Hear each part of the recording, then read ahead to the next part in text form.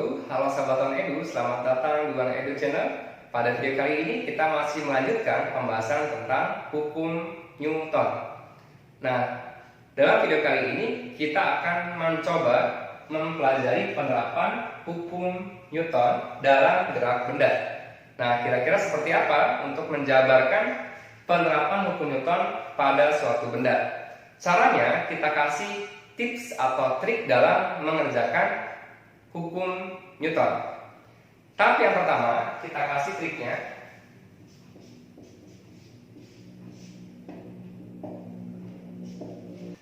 Tips yang pertama adalah uraikan arah gaya yang bekerja pada sumbu X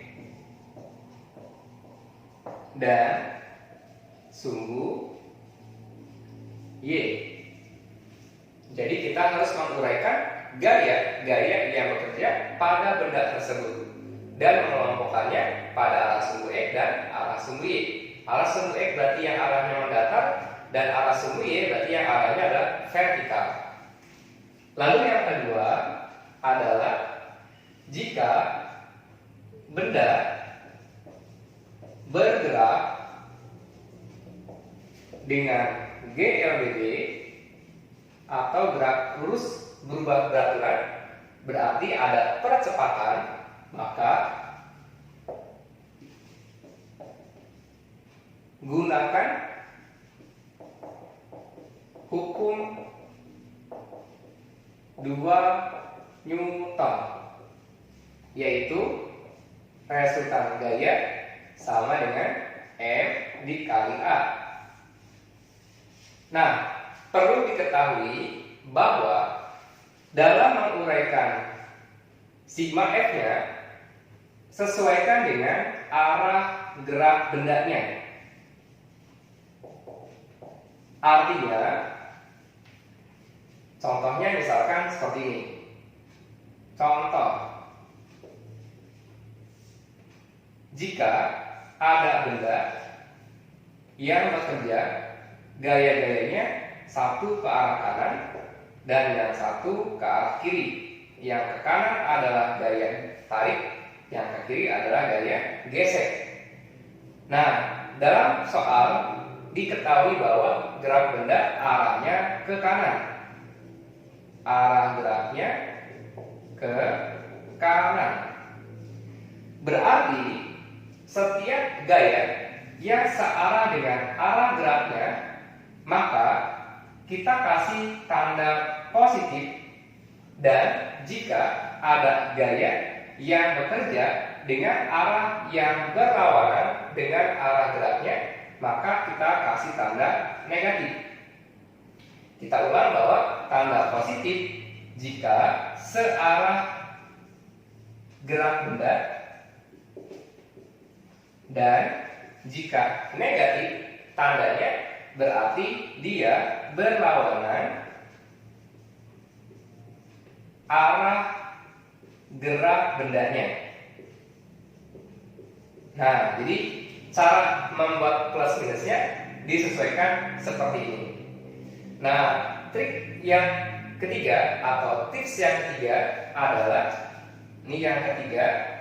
Jika tadi gerak benda dengan gerak lurus berubah beraturan, kalau yang ini berarti jika benda diam atau bergerak dengan kecepatan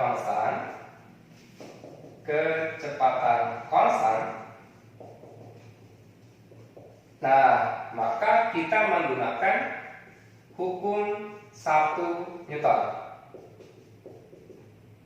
Hukum 1 Newton. Oke, apa bunyinya? Hukum 1 Newton adalah resultan gaya yang bekerja sama dengan 0. Nah, seperti ini. Jadi kita harus mempunyai tips dalam mengerjakan soal penerapan hukum Newton. Oke, sekarang kita langsung saja ke contoh penerapan soal-soal yang berkaitan dengan penerapan hukum Newton. Contoh soal yang pertama. Tentukan besar gaya normal dan percepatan benda di bawah ini. Contohnya adalah suatu benda pada permukaan yang licin ditarik oleh gaya ke arah kanan.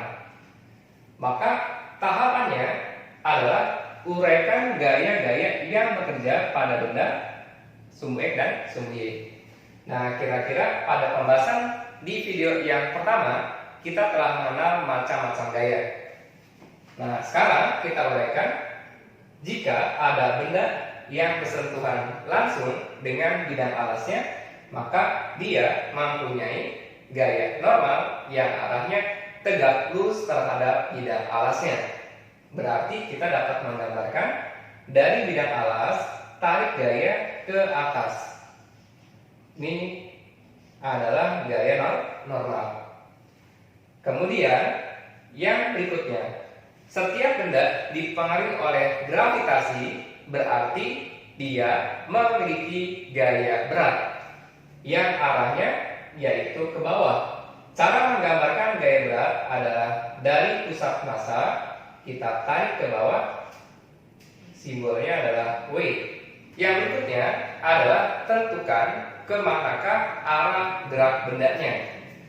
Jika dikasih gaya arahnya ke kanan, berarti benda akan bergerak ke kanan.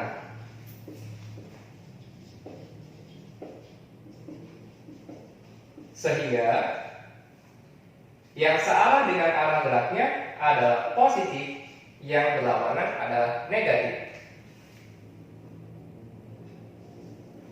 Setelah itu kita kelompokkan manakah benda yang bergerak dengan GLB dan GLBB. Kita uraikan pada sumbu X-nya dan sumbu Y. Pada sumbu Y, di sini bendanya tidak bergerak ke atas atau ke bawah, sehingga kita menggunakan hukum 1 Newton. Sigma FY sama dengan 0 karena arahnya sumbu Y.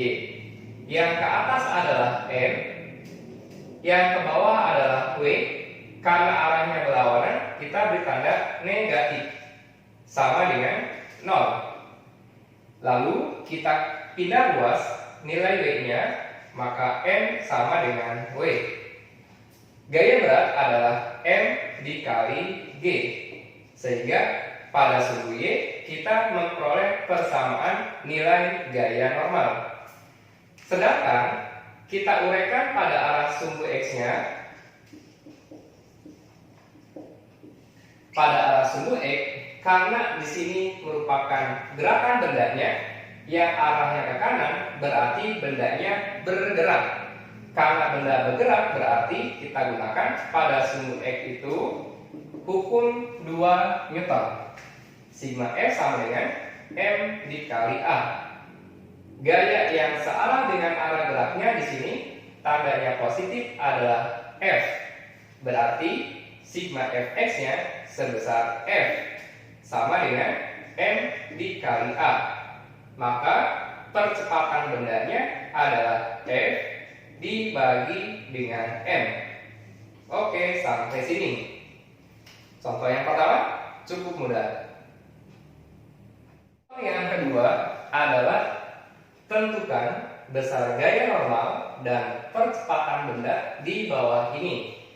Suatu benda yang bekerja diberi gaya F dengan kemiringan theta dan permukaan licin. Pertanyaannya, tentukan besarnya gaya normal dan gaya berat. Nah, yang pertama kita uraikan.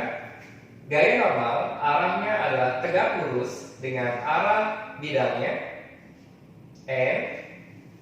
Yang kedua kita uraikan arah dari gaya berat. Gaya berat kita gambarkan dari pusat massa tarik garis ke bawah sebesar W. Nah, pertanyaan berikutnya adalah karena gaya yang diberikan memiliki sudut kemiringan, berarti kita harus menguraikan atau memproyeksikan gayanya pada sumbu X dan arah sumbu Y. Kita uraikan arah sumbu X di sini, maka nilai gaya yang bekerja pada sumbu X Fx sama dengan, nah, kita ulang kembali, jika gaya yang berhimpit dengan sudut atau gaya yang letaknya di dekat samping sudut, maka kita kalikan dengan nilai cos. Dan kita uraikan ke arah sumbu Y. Gaya yang bekerja pada arah sumbu Y ini jauh dari sudutnya, maka pada FY sama dengan F dikalikan dengan sin theta. Nah, jadi seperti ini kita menguraikan gaya yang bekerja. Lalu kita kelompokkan pada arah sumbu Y dan sumbu X-nya. Pada arah sumbu Y, nah sekarang kita ulang lagi nih. Kemanakah arah gerak bendanya? Apakah ke atas atau ke kanan? Ternyata bendanya bergerak ke kanan. Karena bendanya bergerak ke kanan, berarti yang arahnya ke kanan positif, yang arahnya ke kiri negatif. Yang ke atas berarti dia tidak bergerak ke atas. Artinya pada sumbu Y kita menggunakan hukum 1 Newton. Nah, hukum 1 Newton yaitu sigma F pada sumbu Y sama dengan 0. Nah, yang bekerja pada arah sumbu Y di sini, lihat arah vertikal. Yang arah vertikal ada M dan ada F sin. Berarti M dan F sin searah, maka tandanya M ditambah dengan F kali sin theta. Lalu kita lihat yang arah vertikal ke bawah, di sini ada W. Karena arahnya berlawanan dengan arah M dan F sin, maka tandanya adalah min. Sama dengan 0. Maka kita memperoleh nilai N sama dengan W pindah ruas ke kanan, positif dikurang dengan F kalikan sin theta. Oke, sampai sini kita memperoleh nilai N G normal pada arah sumbu Y. Lalu yang berikutnya kita perhatikan arah sumbu X-nya. Karena benda ini bergerak ke arah sumbu X, berarti gerakan bendanya ini bergerak ya. Karena bergerak berarti kita gunakan karena bendanya bergerak pada arah sumbu X, maka kita gunakan sigma Fx sama dengan M dikali A. Nah, sekarang siapakah gaya yang bekerja pada arah sumbu X yang arahnya ke sana? Sesuai dengan tangan saya, yang arah ke kanan di sini adalah F cos. Tandanya adalah positif karena dia searah dengan gerak bendanya. Dan arah yang ke kiri ada nggak di sini? Ternyata tidak ada. Karena tidak ada, kita gunakan Fx yang di sini adalah besarnya sama dengan F kalikan cos theta sama dengan M dikali A. Maka nilai percepatan yaitu F kali cos theta dibagi dengan M. Oke, sampai sini. Nah, cukup mudah sekali.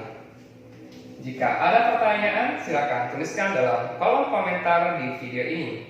Contoh penerapan yang ketiga masih berkaitan dengan bidang data.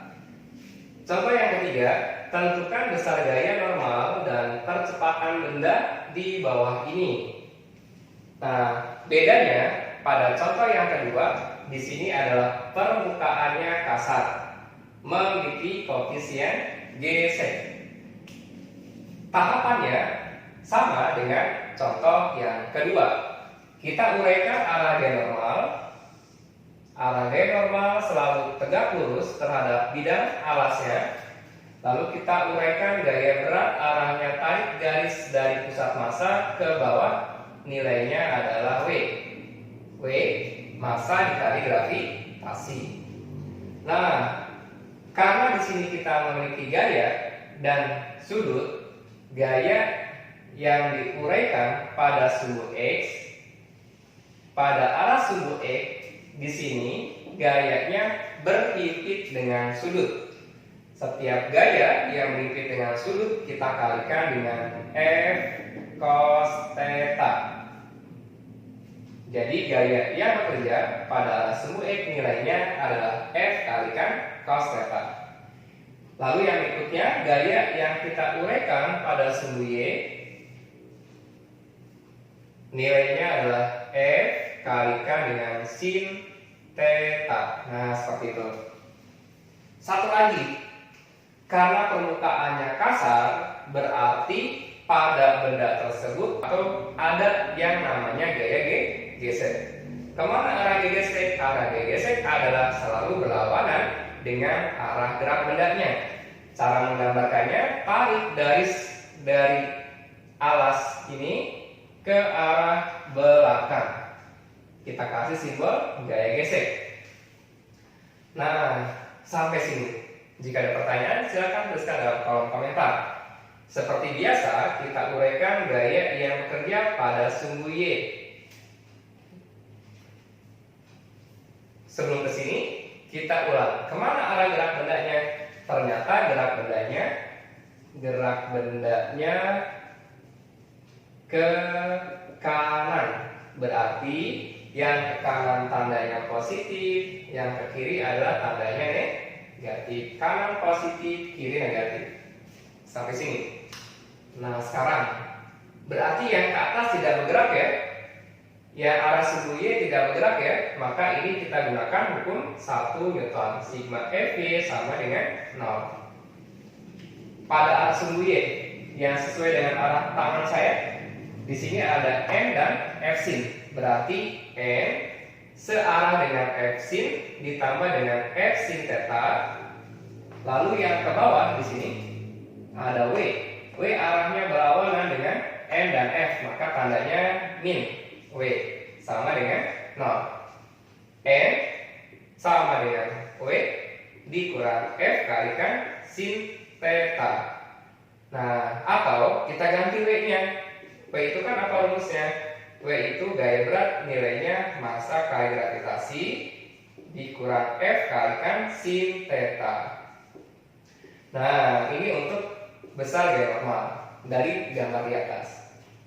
Lalu yang berikutnya, pada arah sumbu X, karena arah sumbu X bendanya bergerak, dengan adanya gaya, kita gunakan hukum 2 Newton.